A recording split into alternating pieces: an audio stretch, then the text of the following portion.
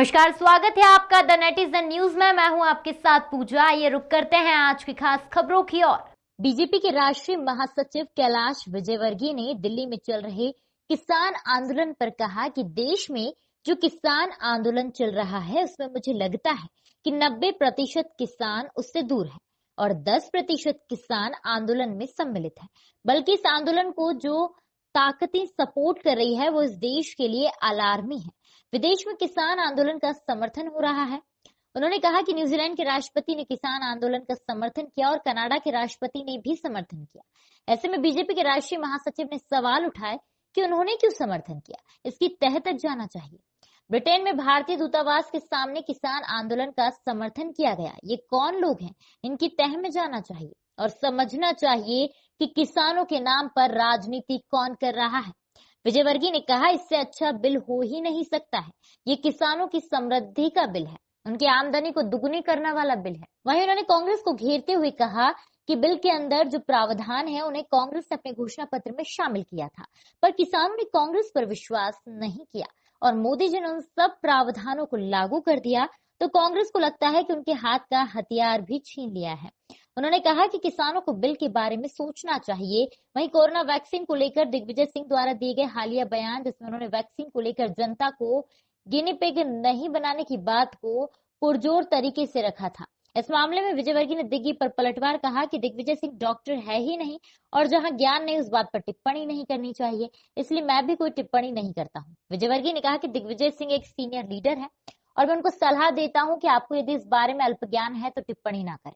वहीं पश्चिम बंगाल के सिलीगुड़ी की घटना पर कैलाश विजयवर्गीय ने कहा कि बंगाल में लॉ एंड ऑर्डर खत्म हो गया है। वहां पुलिस और गुंडों का नेक्सस है जो वहां पर काम कर रहा है, इसीलिए वहां अराजकता का वातावरण है। वहां सरकार को बना रहने का कोई अधिकार नहीं है और हमने राष्ट्रपति शासन लागू करने की मांग की। जैसे दिग्विजय सिंह भी आए थे यहाँ पे समर्थन में, तो आप उसको लेकर क्या कहेंगे?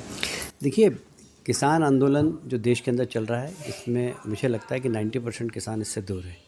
10% किसान ही सिर्फ आंदोलन में सम्मिलित है। बल्कि इस आंदोलन को जो ताकतें सपोर्ट कर रही है वो इस देश के लिए अलार्मिंग है। विदेश में किसान आंदोलन का समर्थन हो रहा है। विदेश में समर्थन करने वाले कौन लोग हैं? न्यूजीलैंड के राष्ट्रपति ने किसान आंदोलन का समर्थन किया। कनाडा के राष्ट्रपति ने समर्थन किया। कनाडा के राष्ट्रपति ने क्यों समर्थन किया, इसके तह में जाना चाहिए। ब्रिटिश दूतावास के सामने, भारतीय दूतावास के सामने किसान आंदोलन का समर्थन हुआ।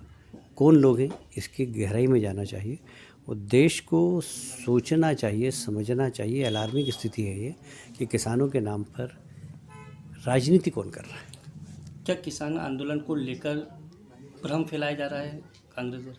मैं समझता हूँ कि इससे अच्छा बिल कोई हो नहीं सकता है।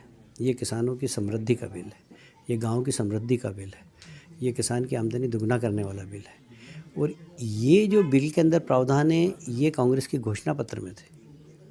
आश्चर्य की बात है, कांग्रेस ने अपने घोषणा पत्र में इन सब प्रावधानों के साथ वादा किया था किसानों से, पर किसानों ने कांग्रेस के ऊपर विश्वास नहीं किया और मोदी जी ने उन सब प्रावधान लागू कर दिए थे। इनको लगता है कि हमारे हाथ का हथियार छीन लिया और इसलिए भड़काने का काम कर रहे हैं। मैं समझता हूँ कि किसान भाइयों को भी इस बिल के बारे में सोचना चाहिए और जो आंदोलन कर रहे हैं उनको भी अपनी भूमिका के बारे में विचार करना चाहिए कि हम जिन लोगों का नेतृत्व कर रहे हैं उनके साथ न्याय करने के लिए।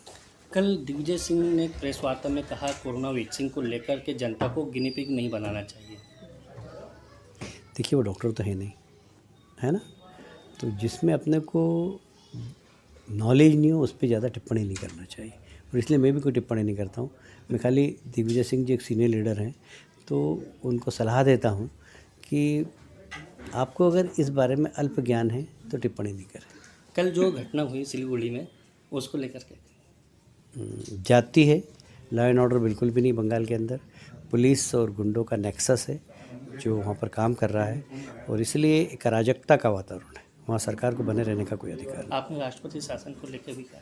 हमने मांग की है। द नेटिजन न्यूज से सिटी रिपोर्टर साजिद खान की रिपोर्ट। फिलहाल अभी के लिए बस इतना ही। लगातार ताजा खबरों के लिए आप बने रहिए हमारे साथ। नमस्कार।